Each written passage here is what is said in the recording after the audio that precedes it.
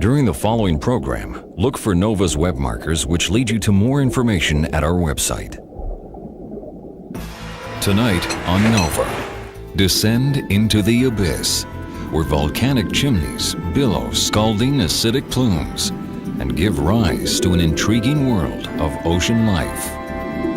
Is the key to life's origins locked inside their fiery cores? A team of explorers tests the limits of ocean engineering to bring these towering monoliths to the surface. Will they succeed? Volcanoes of the Deep.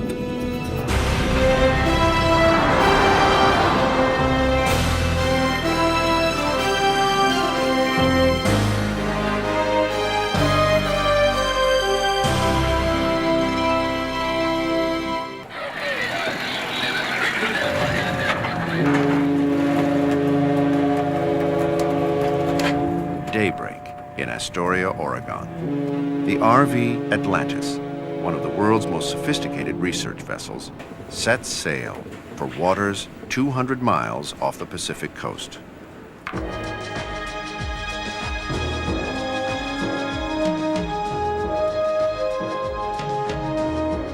A team from the American Museum of Natural History and the University of Washington is launching this expedition to attempt a daring feat of engineering on the sea floor, 1.5 miles down. Their purpose? To delve as never before into the wonders of deep-sea volcanoes. Towering volcanic chimneys, covered with animals unlike any other, were discovered only 20 years ago. And this newly revealed world inspired one oceanographer with the bold idea of trying to raise these massive structures to the surface. I joke about this program being a bit of a harebrained idea because when it first came to me, I kind of laughingly dismissed it. But it's not. It's not at all. We must examine in detail how volcanoes can support life on this planet. It's an ancient process. It's a potential site where life may have originated. It's also a habitat which might be emulated on other planets where life may have evolved or may have taken refuge. For all those reasons, there's nothing harebrained about this. It just seemed harebrained at the beginning. It also seemed impossible. Turn right. But now, undersea robots make this risky venture conceivable. The team first must map in precise detail the volcanic seabed far below.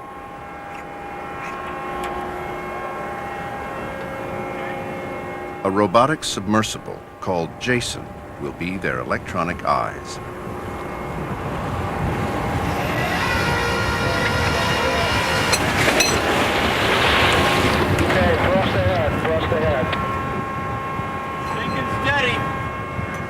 Jason trails behind it a steel-armored fiber-optic cable, its communication link to the ship. As the cable reels out, the ship must hold completely stationary.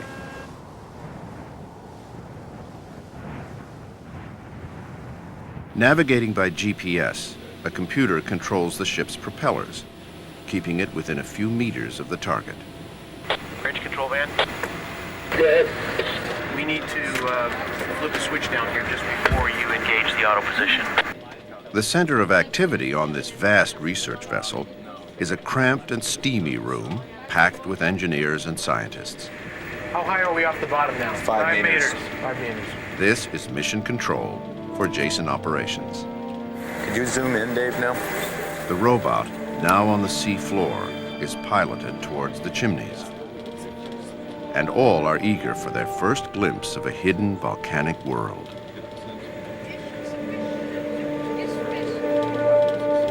Rat tail. Jason's lights illuminate only about 30 feet ahead in these pitch-black waters. They fly the robot toward a billowing plume venting from the sea floor. Its smoke-like appearance comes from mineral particles in the scalding fluid. The current's pretty stiff. They're tempted to move in for a closer look, but these black smokers reach over 700 degrees Fahrenheit, hot enough to melt lead. This side is more active because look, it's all covered with lipids here. Some of these chimneys tower as high as 15-story buildings. And though sunlight never reaches them, they are blanketed with life. It's part of this mystery about this environment is that you go through the really dark water where you don't expect to find much.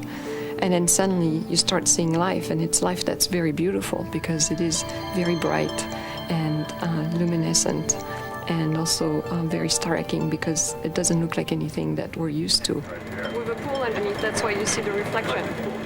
For the past 10 years, geologist Véronique Robigoux has struggled with the question of how these chimneys grow and sustain such a wealth of unusual creatures.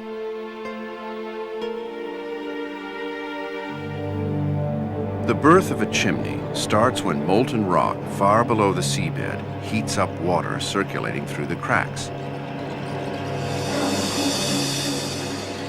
The hot water rises, carrying dissolved metals such as iron, copper, and zinc from deep within the crust. When this hot acidic fluid hits near freezing seawater, the metals come out of solution to form the rocky walls of the chimney.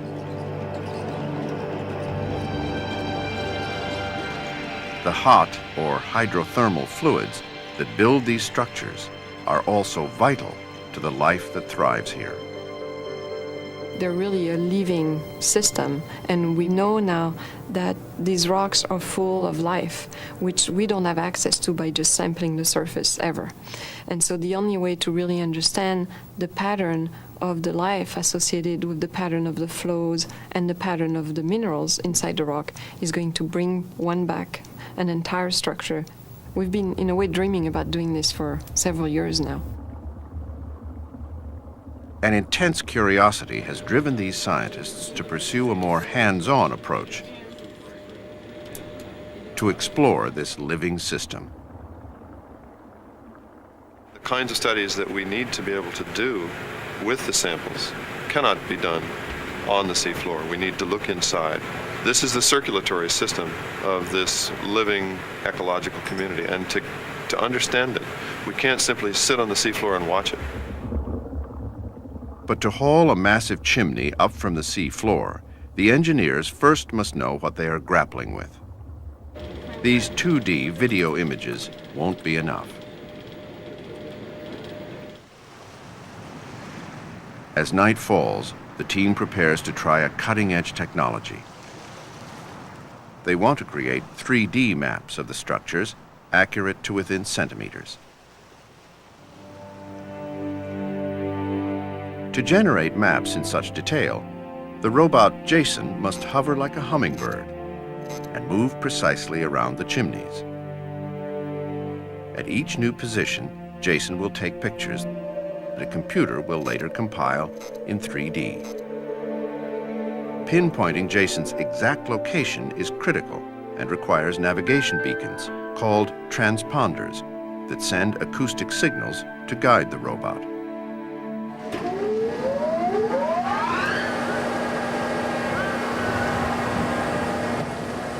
The transponders are dropped to the sea floor in a special carrying cage.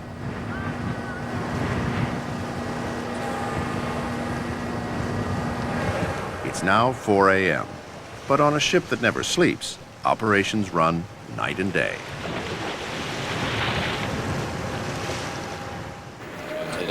Bingo. Okay, we're there. With their new navigation equipment, they no longer need the joystick to pilot Jason. Pat, are you in auto right now? Do you want me to go in auto? Yeah. You got it. Now, a computer program has control of the robot. Jason begins taking sonar scans of the chimneys. Oh man, look at the profile. satellites. as well as stereo, video, and digital photographs. To complete the 3D imaging, the robot and the scientists work around the clock. A week later, with tens of thousands of digital photos, a seascape of the ocean floor is stitched together. So dark is this undersea terrain that wide expanses like this have never been seen before. From the composite pictures, individual chimneys can be studied in detail. On the ship's main deck, computers churn through millions of sonar data points to create a 3D map. Although the first image is something only a computer scientist could love. Yeah, that's looking almost behind the vehicle. Look, we're stopping at each meter and we're scanning. Oh, man. Now we just gotta make it look like something so someone else will believe us. That's right.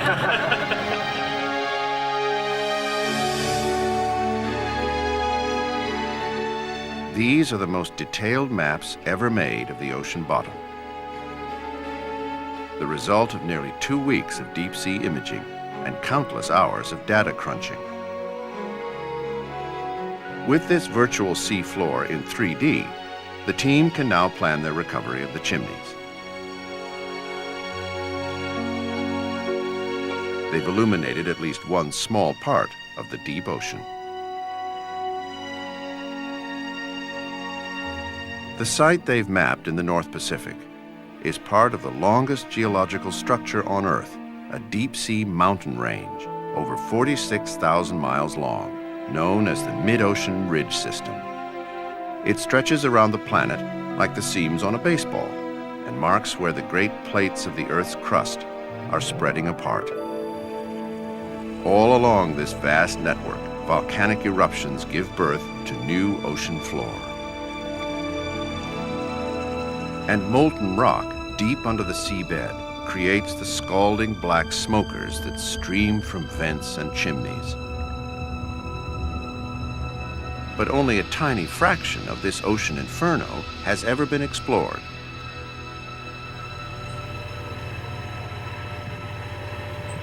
Now, deep-sea technology makes it possible to reach this frontier. And with the chimneys mapped, the scientists on board are eager to visit them in person, to pursue the mystery of how life flourishes in this volcanic world. Bridge, Fantail, we're ready to go when you give the word. They'll travel to the depths in a submersible called Alvin.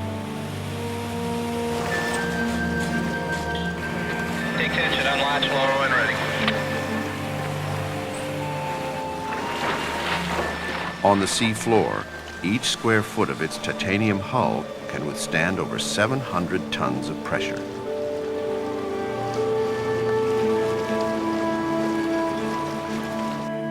For biologist Chuck Fisher and pilot Pat Hickey, the descent will take over an hour. Plenty of time for anticipation. You know you're going someplace that few people have ever gone, often places where no one has gone before. And so that's a very real excitement that you have with you the whole time.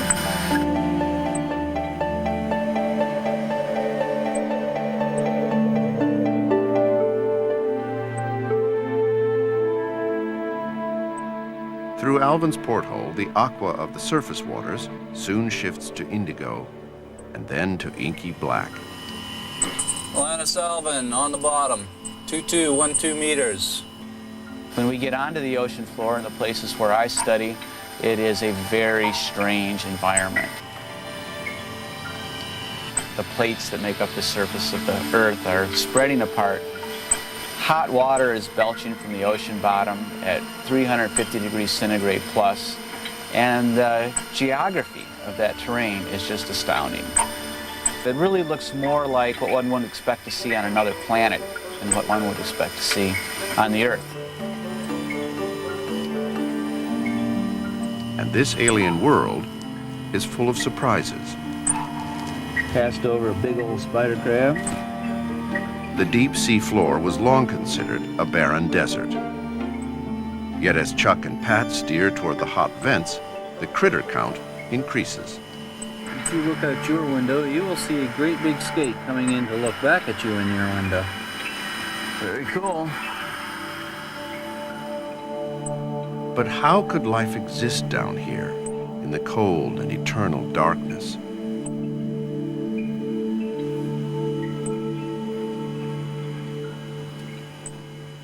Once, scientists assumed that any animals on the sea floor had to depend on food drifting down from the surface. But there is not nearly enough to explain the wealth of life found at hot vents, like the lush mats of tube worms.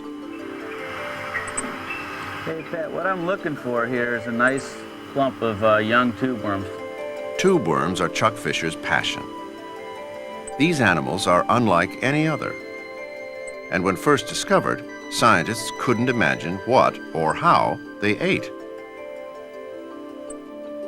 They have no mouths or stomachs. Yet these creatures thrive wherever cracks on the seafloor release hydrogen sulfide, a product of volcanic activity. This caustic acid pours from the chimneys, often called sulfide structures. Weight 270, driving to S&M. Chuck and Pat fly to a 60-foot tall chimney called Smoke and Mirrors, named for its billowing plumes and shimmering water. It's blanketed with tube worms. Here comes Alvin for a gentle little grab. Grabbing these slippery creatures with a robotic claw is painstaking work. It doesn't take a real firm grip. Oh, that's a good one. That was great. That's all we need. They've spent hours huddled in this 6-foot diameter sphere. Wow. Ready for a stretch. Atlantis Alvin ready to come up. Excellent dive, Pat. Went well. Pat releases the ballast that has kept them on the sea floor, and they prepare for the long ascent. We're off the bottom. We're on our way home.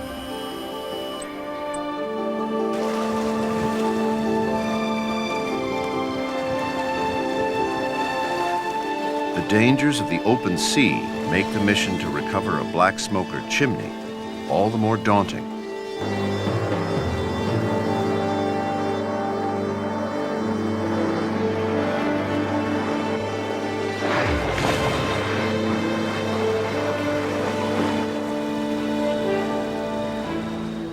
Even the routine recovery of a submersible is fraught with peril.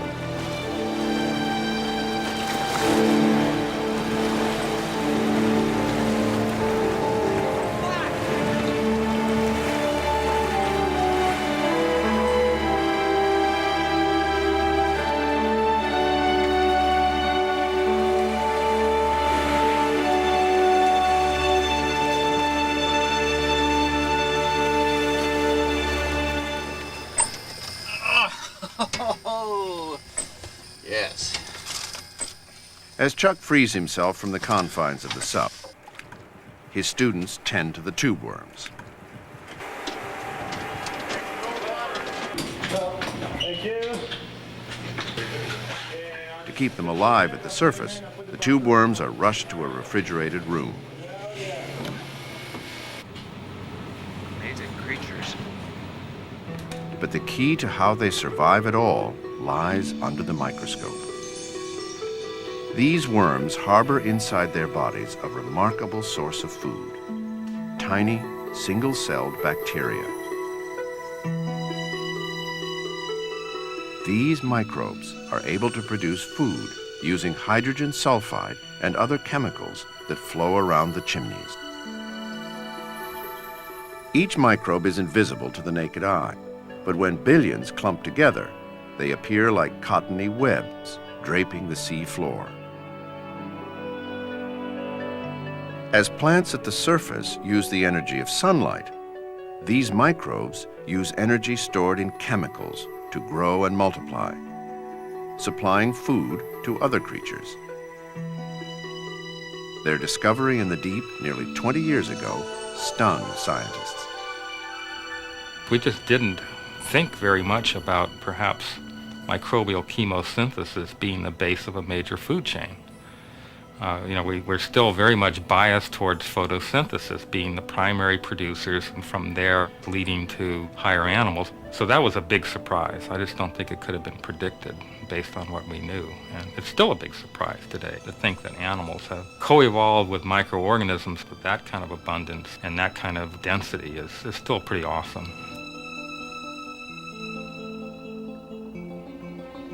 The larger creatures in this world either live off microbes within their bodies or prey on one another. Giant spider crabs, snails and sea stars, the fish and the octopus, all are ultimately dependent on tiny, single-celled organisms and the volcanic fluids that flow from the rocks. This is a world where the energy for life springs not from the sun, but from the geothermal forces of the Earth itself.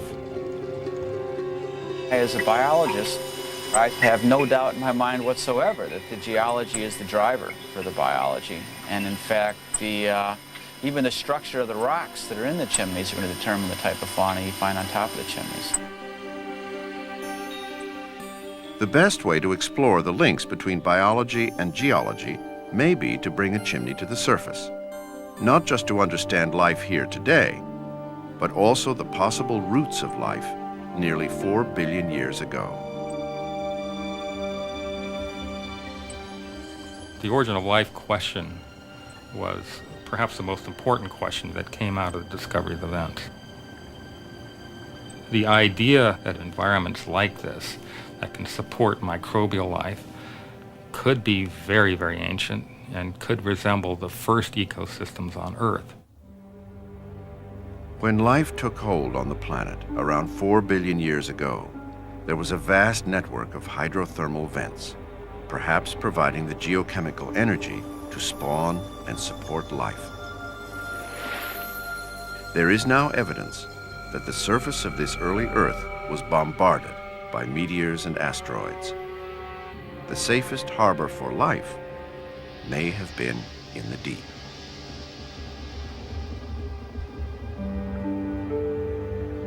The geology and chemistry of the vents have changed little in billions of years.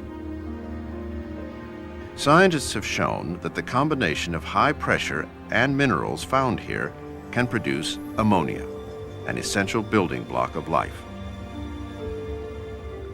And by delving inside a chimney, they may find clues to how life itself originated.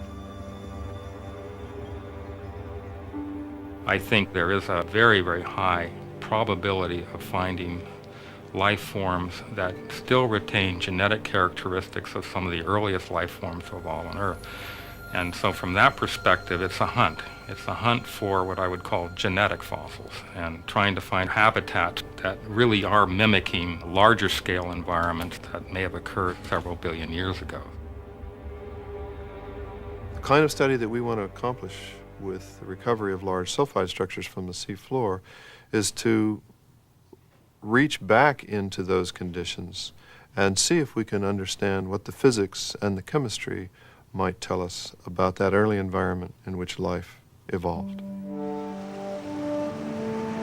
With the mapping and reconnaissance of the chimneys complete, the team must now prepare for its next and more daunting mission.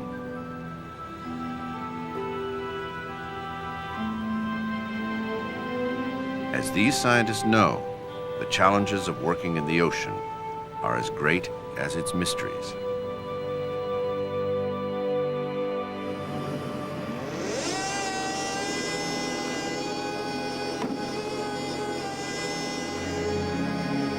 Here on Vancouver Island, preparations for the recovery mission move into high gear. Okay, Bob, can you give me the compensation pressures, please? The engineers are tackling the tricky problem of how to detach black smoker chimneys from the sea floor. Today, they're testing a Stanley underwater chainsaw fitted with diamond-studded teeth. It will be operated by a robot called Ropos. Yeah, you can cut anywhere from this point up. But nothing they do here can anticipate all the problems they'll face with volcanic chimneys. These structures have always had hot water pouring through them, and we're not sure at this point what's going to happen. We could get the saw blade in there and open up a new passage for the water to come out, so the hot water could start squirting out around the saw blade and back towards the vehicle. It's definitely a concern. Okay, retract.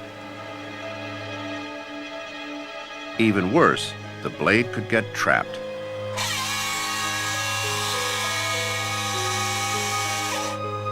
And the destabilized chimney could come crashing down on the robot. A lot of times it's the things you don't really think about that catch you. From the time we start one of these operations till it's actually secured on the deck, we're going to be nervous about it because there's so many unknowns we're dealing with. But that's the way it is at going to sea, and we keep plugging. We never give up until we have to come back to port. From the time they set sail, the team will have 3 weeks to bring the chimneys to the surface. This certainly must be one of the most ambitious expeditions that the museum has ever mounted. And also there's an element of risk in this. In fact, there's a great element of risk. And perhaps that's one of the fun things about expeditions is that you don't actually ever know if you're going to get what you set out to get.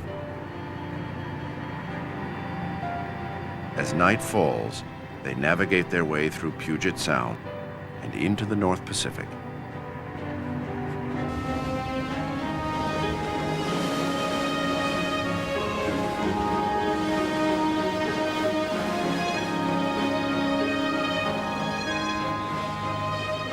It's been nearly a year since the team last visited these waters and the volcanic ridge far below.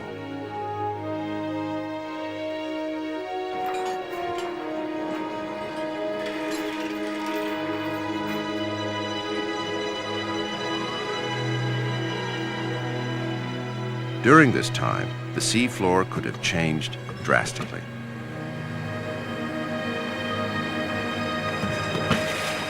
They launch Ropos on this first critical dive, not knowing for certain what they'll encounter a mile and a half down. Okay, we're still above the bottom, but the vehicle's left the cage and we're just maneuvering around, and we'll be descending to the bottom shortly. Okay, roger that.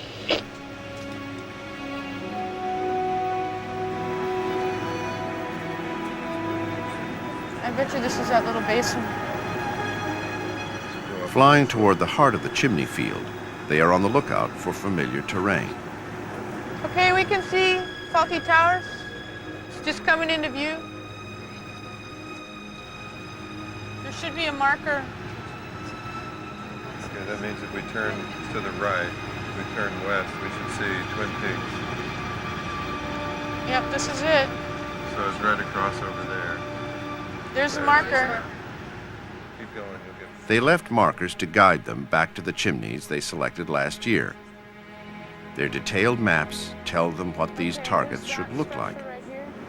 But until they find them, the team can't be sure that the chimneys they plan to recover are still standing.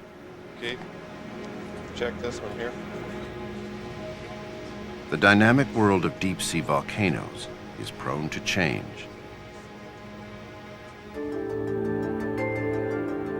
They will never forget the sobering lesson they learned a few years ago from a monstrous chimney called Godzilla.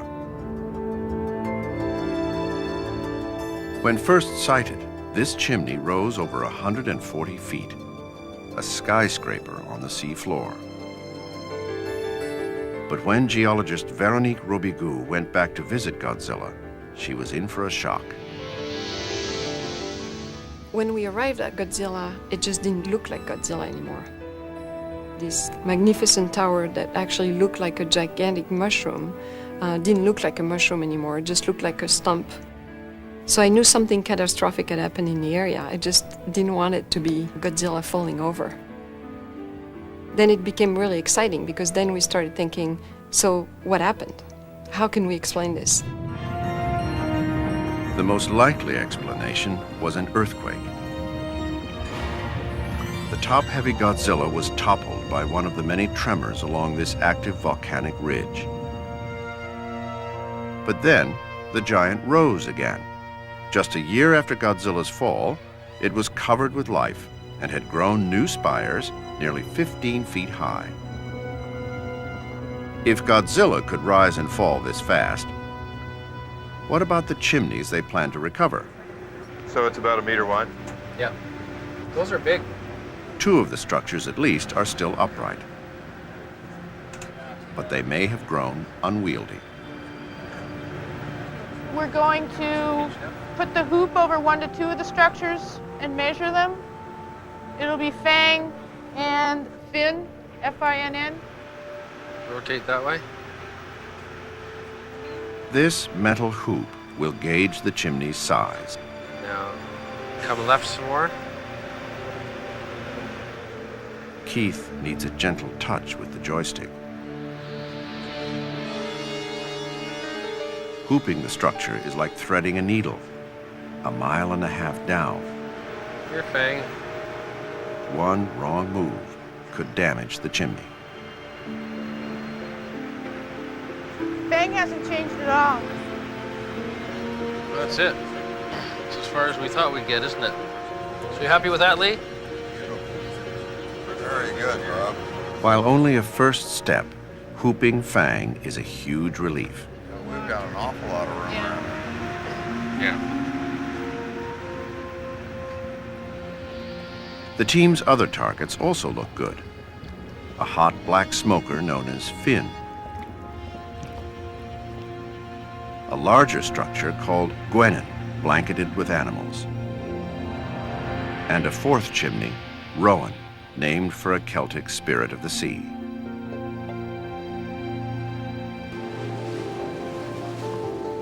In the morning, a new ship arrives on the scene.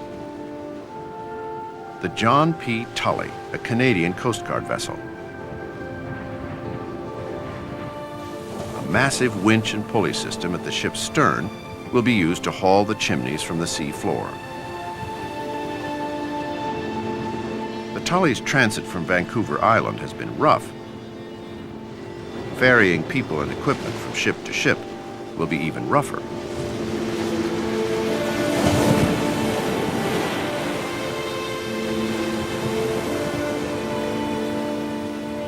Strong winds and wild seas are the greatest threat to this mission. And now there are gusts up to 30 knots.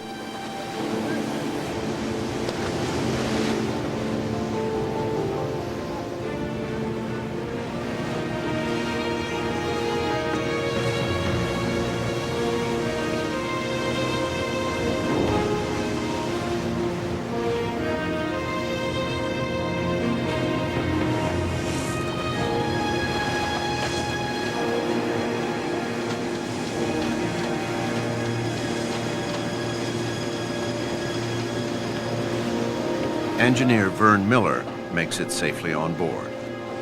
But the storm still endangers the team's carefully laid plans. First, they intend to capture each chimney within a metal cage. This cage holds a loose steel cable that can be cinched up like a lasso. The robot will then saw the chimney from various angles until it is weak enough to break off. Finally, a line will be floated to the surface so that the structure can be pulled from the sea floor. But plenty of things can go wrong. The line for the recovery is over 8,000 feet long, and one small snare could wreak havoc. These plastic fasteners should prevent tangles. They'll break one by one when the line is pulled from the basket. Packing the line will take nearly 10 hours. But waiting for calm seas could take even longer. What do you see in that weather map? I don't see I don't see any improvement. No, I don't either. Are you willing to hold? Okay, I think we should. So do I. While concerned about losing time, they hold operations as the storm rages on.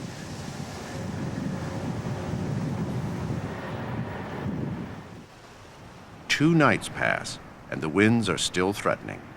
Time is running out. They have to begin. They lower a cage designed to capture the first chimney. It travels down, suspended beneath ropos.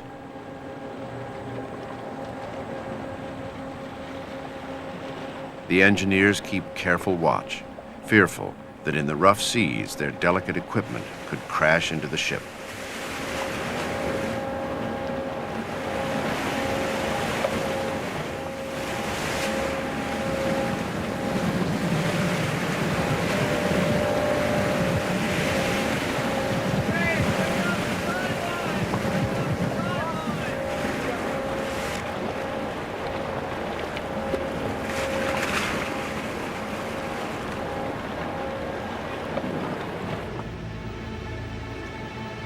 Okay, I'm facing east now. 2 hours later, Keith Shepard has the chimney, called Fang, lined up. Can you swing that more to the center? Okay. Nothing like a challenge, eh?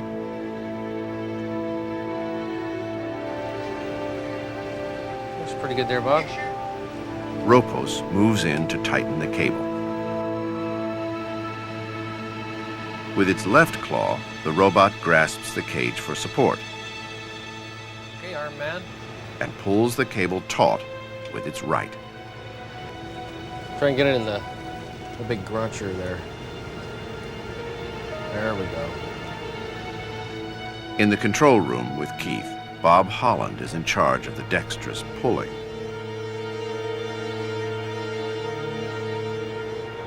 Rotate, rotate, rotate. Good.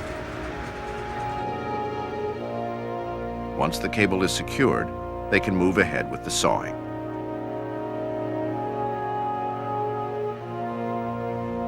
But a final tug brings a surprise. Okay, Bob, can you swing? Oh, shit. A crack appears along what seems to be a natural fracture. We knew it would happen. I knew it. So, I mean, Not a year ago you didn't. Say what you want now. all right. I feared that it would happen. Put it that way. That was not that was a natural looking fracture. I think you could have picked it out. I mean, it's hard to tell that. Well, I can see one here. See? The chimney may now be unstable.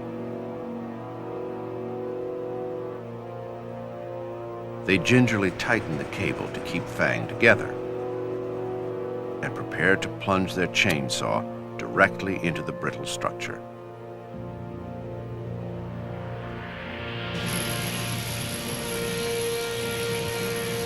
Scalding fluid jets out, but the blade keeps moving. Smoking. Should try a bit of slew? They cut from various angles, well below the crack, without the chimney toppling. But no one can predict how Fang will hold up when they try to pull it from the sea floor. A scientist can go out and observe something and come back with all kinds of information, and he's succeeded. An engineer goes out with a goal to bring something back, and if he doesn't bring it back, he hasn't succeeded. And when you go out and try and get something you don't know what it is, there's a lot more risk of failure. The time has come to take the risk. With this 8,000-foot line, they'll try to haul Fang to the surface. Operations switch over to the second ship, the John P. Tully, Small boat, are you going to want us to drop where the Lee line, and the or other do you want to engineers bounce wait. up the end of the nylon? Floats have brought the line to the surface, and a Zodiac retrieves it from the waves.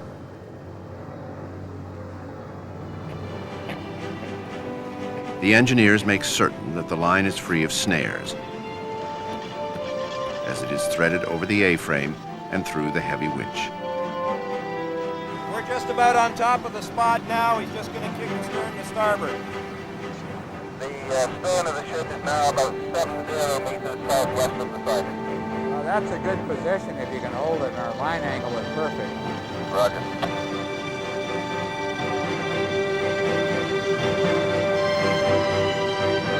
This is the fantail of the Tully. The unit is 1,000 feet below us now. Roger. For nearly an hour, they reel the line in, anxious to see what lies at the other end.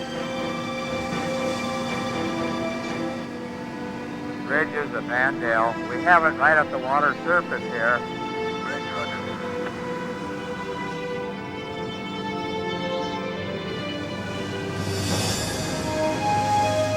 It's really precarious.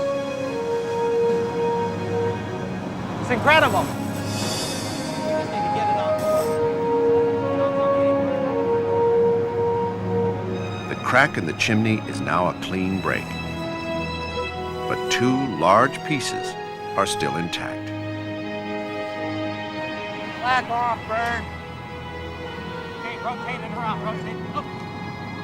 Hold it. Up. Slack off. Okay, let this one slack. Rotate your end around. Let's just bring it down there.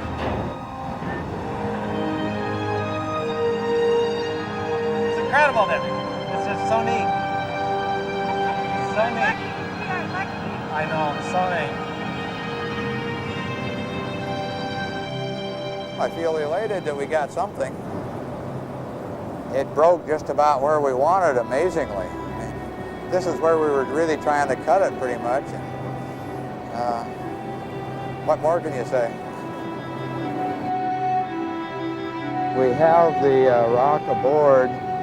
It's in 3 sections, starting from the base up. We just lost the top piece. Roger that. I'll pass that on to John. He can't wait. He's got to get over there. So you'll be seeing him shortly there. What struck John Delaney a decade ago as a wild and impossible feat now is becoming a reality. And bringing Fang to the surface is just the beginning. This relatively small chimney was always intended as a test case. It's okay, yeah, it's okay. It's a good start. It's a good start. There are 3 more structures still waiting on the sea floor far below. Rowan will be next. Like Fang, this chimney is riddled with natural fractures. Could be, yeah, there could be at the bottom. I mean, that's where, yeah, there's definitely a natural one. One large fracture line inspires John with a bold thought. Why not forego the sawing and simply lasso and pull on the chimney, assuming it will break at the ideal spot? But not everyone is keen on the idea. The debate is whether there's actually a fracture zone there in the right area that will let go, and I think my point is that if we put a cut, it can't hurt anything. But Lee concedes to John's plan to do no sawing at all. The hope is that this will save precious time lost to weather delays. The wisdom of the plan will soon be measured. If Rowan remains stuck to the sea floor, the tension on their heavy winch will rise.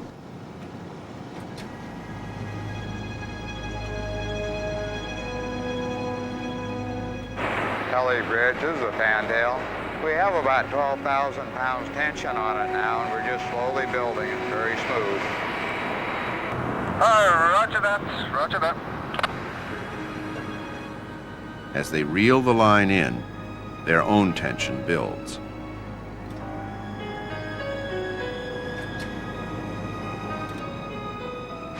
We're going to stop at 20,000 pounds.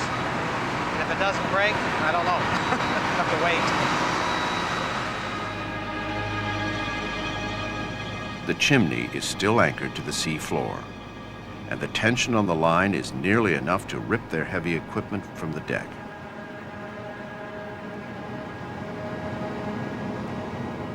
Unless it breaks loose at this, I wouldn't want to go much higher. And we're going to have to decide whether to send the line cutter down or not pretty soon here. Roger that. While it means a major setback, Lee is prepared to cut the line and start over. At the load we're at right now, if it was a free-hanging rock down there, it'd be too heavy to bring aboard. We'd go over the 30,000 pounds type of thing. And It just broke.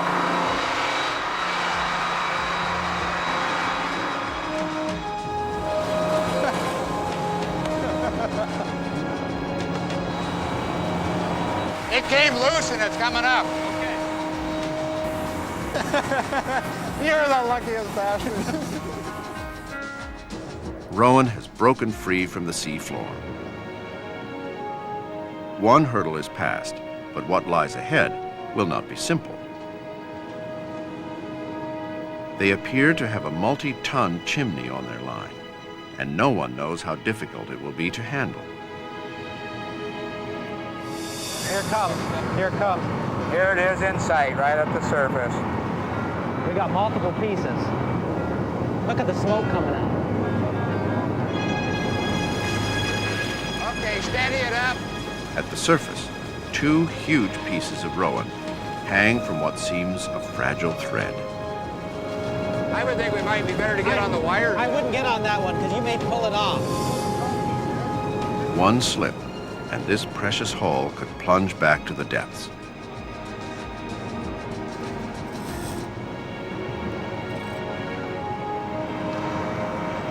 Okay, let's get the next one and steady into the top here. And that's not all that could go wrong. Okay. You want to do the same thing on the other side? My greatest fear is hurting somebody or killing somebody, and it's a very strong potential if you get this rock swinging on the deck. Okay, just play it easy there. You can think of a wrecking ball, and you're trying to control it and get it onto the ship and secure it down. Now they must handle two swinging rocks at once. Okay.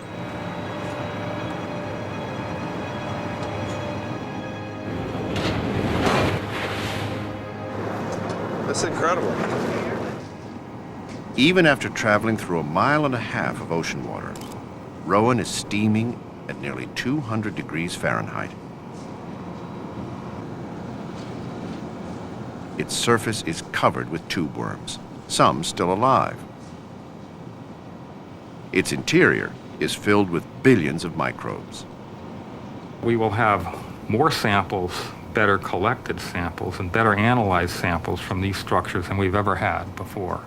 That has, for me, the same kind of fascination and sense of discovery and exploration that I would have if I got to go to Mars and drill, let's say, a kilometer down into the regolith and look for water and life there. I have the same kind of excitement that I'm going to find something really different and something that's going to be, a profound importance in understanding how life originated and how life evolved. While the scientists have their samples, no one wants to endure the same uncertainty again. The team will no longer count on natural fractures. The remaining chimneys will face the chainsaw. At nearly 600 degrees Fahrenheit, Finn is the hottest black smoker they will target. Sawing this chimney creates a new passage for scalding water. The geologists know that the hotter the chimney, the more fragile it should be.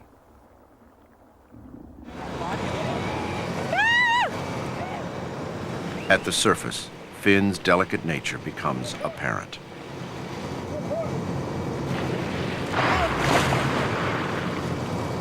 The whole thing fell apart.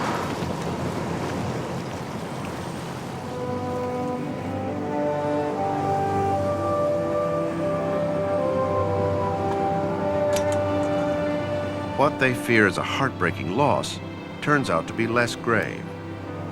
They've still recovered 2/3 of the structure and now have a window to its interior. Boy, look at that channel. That is amazing. The pieces, glittering with chalcopyrite, also known as fool's gold, are scientific treasures. They hold precious information about the geology and chemistry that supports life in the deep.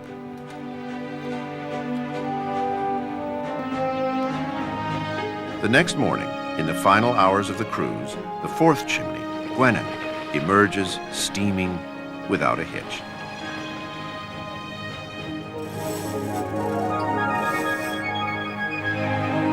She is blanketed and filled with life.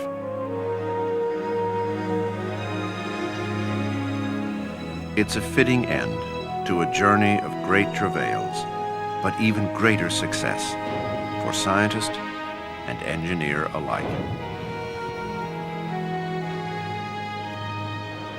I think we've gotten, scientifically, we've gotten absolutely everything we wanted. 4 for 4, that's pretty good odds. Yeah.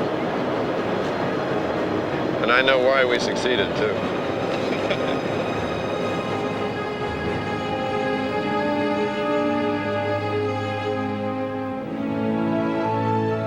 This is just the start of wide-ranging research into these remarkable habitats from the sea floor, and a first step in bringing these structures and the stories they tell to the public.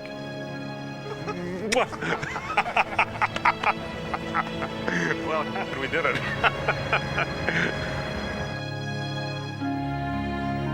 After they are thoroughly studied, the chimneys will travel to New York City, to the American Museum of Natural History, for permanent display.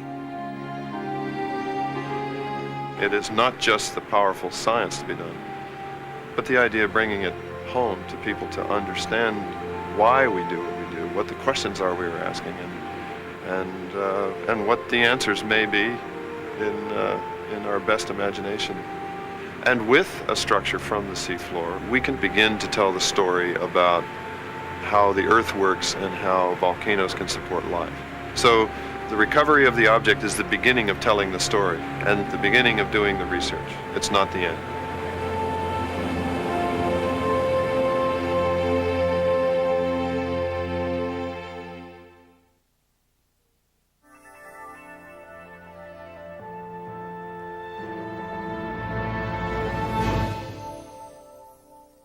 Take your own dive into the abyss. Journey a mile down and marvel at what swims past your porthole on NOVA's website.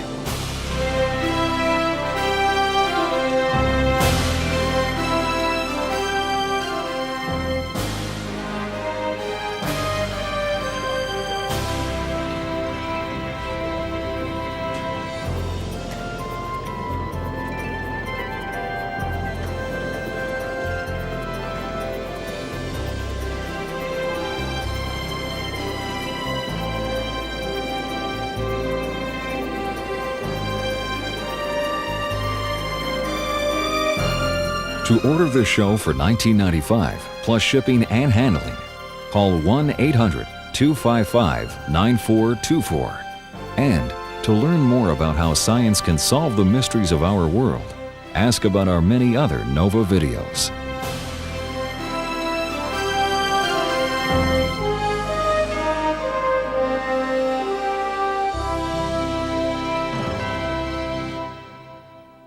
NOVA is a production of WGBH Boston.